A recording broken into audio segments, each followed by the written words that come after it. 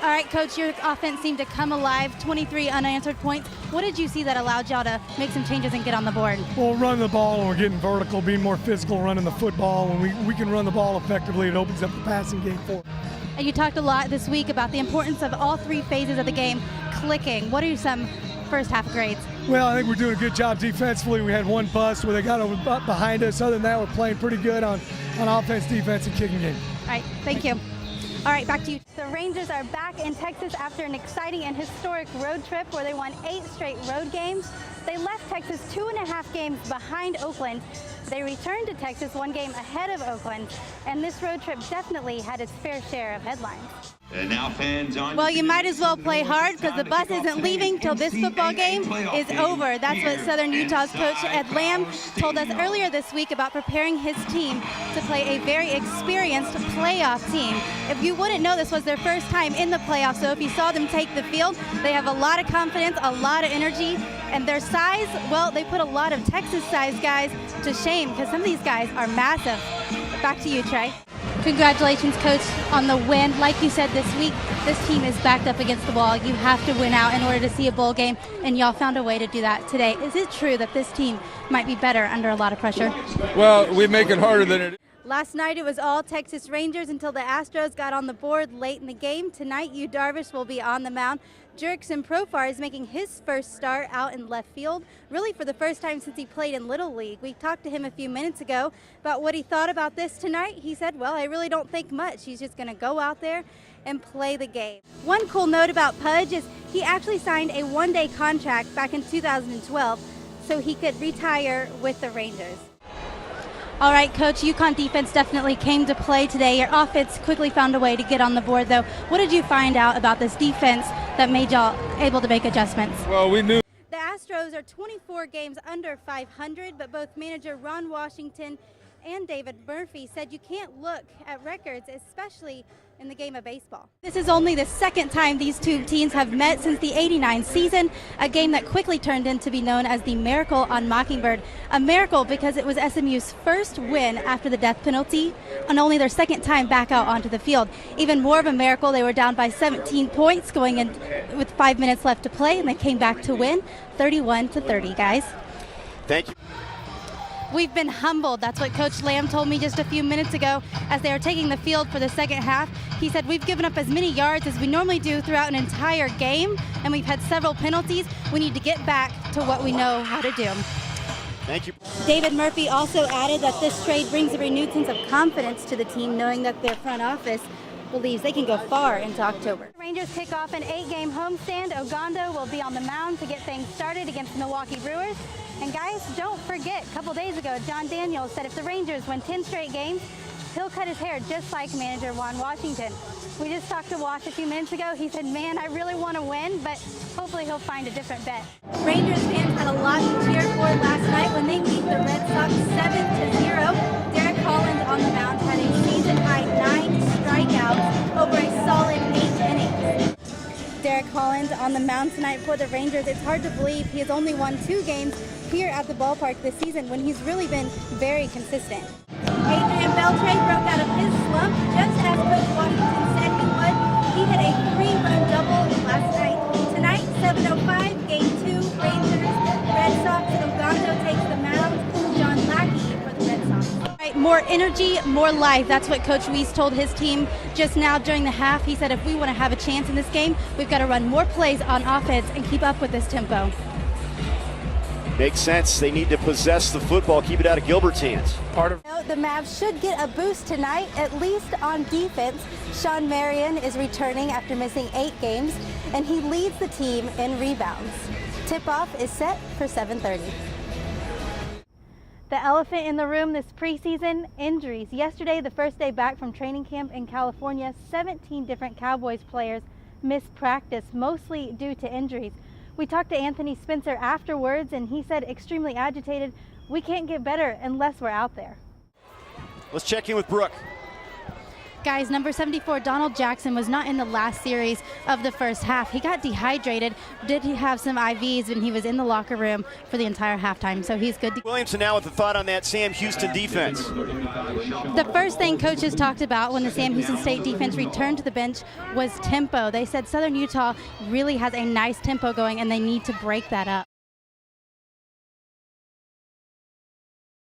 Tonight's game against the Seattle Mariners is way more than just a baseball game. It's a community coming together to support those affected by the West Texas explosion earlier this week. Fans can drop off home goods and make a monetary donation at every gate before each game through Sunday. Now, it seems like we were just talking about the Rangers and the Mariners going head-to-head, as last week they were up there in Seattle where they split that 4-game series. Tonight, Darvish will be on the mound, and he has yet to be successful against the Mariners. And listen to this. The Mariners have had 48 straight games with at least one run. The first pitch is set for 7:05.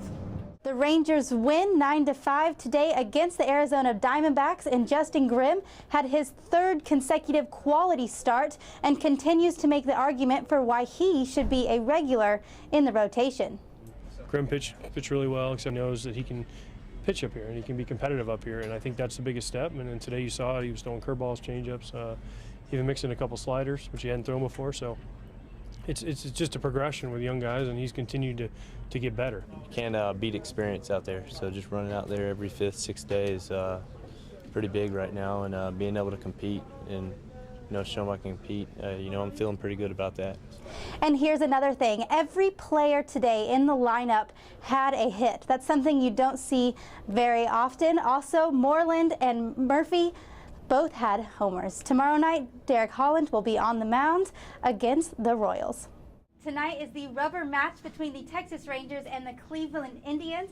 And after last night's loss to the struggling Tribe, the Texas Rangers have made some changes in the lineup going into today's game, including placing Profar in the leadoff spot.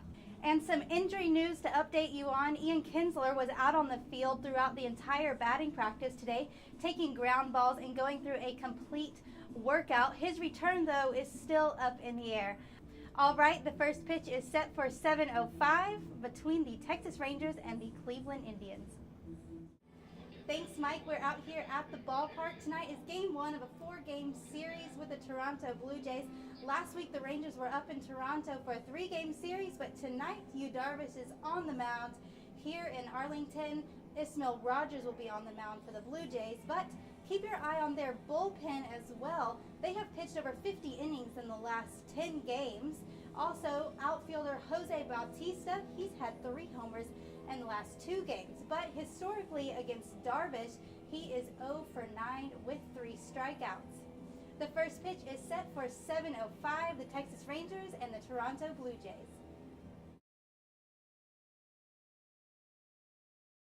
My timing could not Your have timing been is better. impeccable, and tell everybody why. Man, okay, so we all know DeMarcus Ware. We do.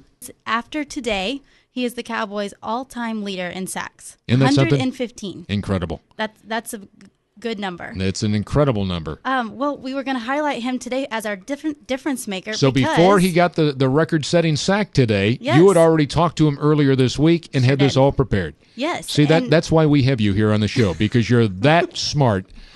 Well, okay, so every time he gets a sack, he donates $5,000 to Camp Summit in an initiative they're calling this year Sacks for Summit. Camp Summit is a camp for kids with disabilities, both minor and major. They can go and have a real-life camp experience. So every time he gets a sack, he donates $5,000. And then today he becomes the all-time leader for the Cowboys in sacks. This year, 4 sacks, 3 games. That's $20,000 so far. That's pretty cool. It's very cool. It's very cool. Mm-hmm. He's like Jason Witten, another one of those really good guys. Mm-hmm. So the Cowboys win 31-7, and Jason DeMarcus gets a record-setting sack and $20,000 now thus far this season for Camp Summit. And we still have 13 games to go. Very, very cool. And and it goes beyond that as a difference maker. On Friday, he surprised a little boy in the Make-A-Wish Foundation. One thing that's cool about guys like DeMarcus Well is they're really excited about giving back.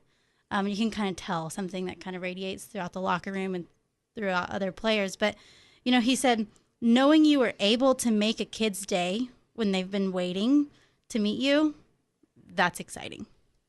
And, it's something that gets him fired up. And I think it's so cool, just like the Sacks for Summit thing. It's, some people watch fantasy football to see how many points their players can rack up every week. Well, now when you're watching the Cowboys and DeMarcus Ware gets a sack, know that $5,000 is going to help out a kid, and that's pretty cool.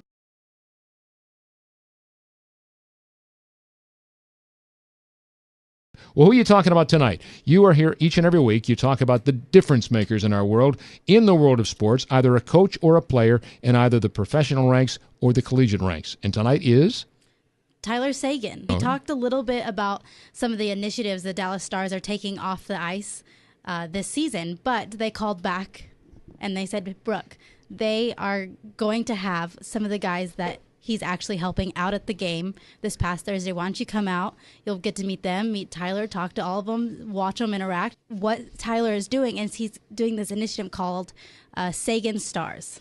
And he has done so much work for it. And that's what really surprised me by all of this was one of the Dallas Stars members on their community development staff. I was talking to her, and she said, Brooke, Tyler is really challenging me. I said, really? And she goes, yes, he wants to know exactly what food is in the suite. He wants to know what the logo is going to look like. He wants to know exactly what's going on. He wants to know where he's going to meet these guys after the game. He wants to spend time with them. It was really cool. And talked to one of the guys in the suite, and he said, what's so neat about this is it kind of gives me energy because he's putting energy into me. And I thought that was just the coolest thing. And just seeing both their faces light up after the game, and even him taking the time not to just sign autographs or take pictures, but say, hey, like what's going on with you? Or what are you studying? Because one of these guys is in school to be a sports journalist. So that was really neat watching all of that. Talking about the difference makers in the world of sports and athletics here in our community here in North Texas. And today you were at the ballpark with the Rangers.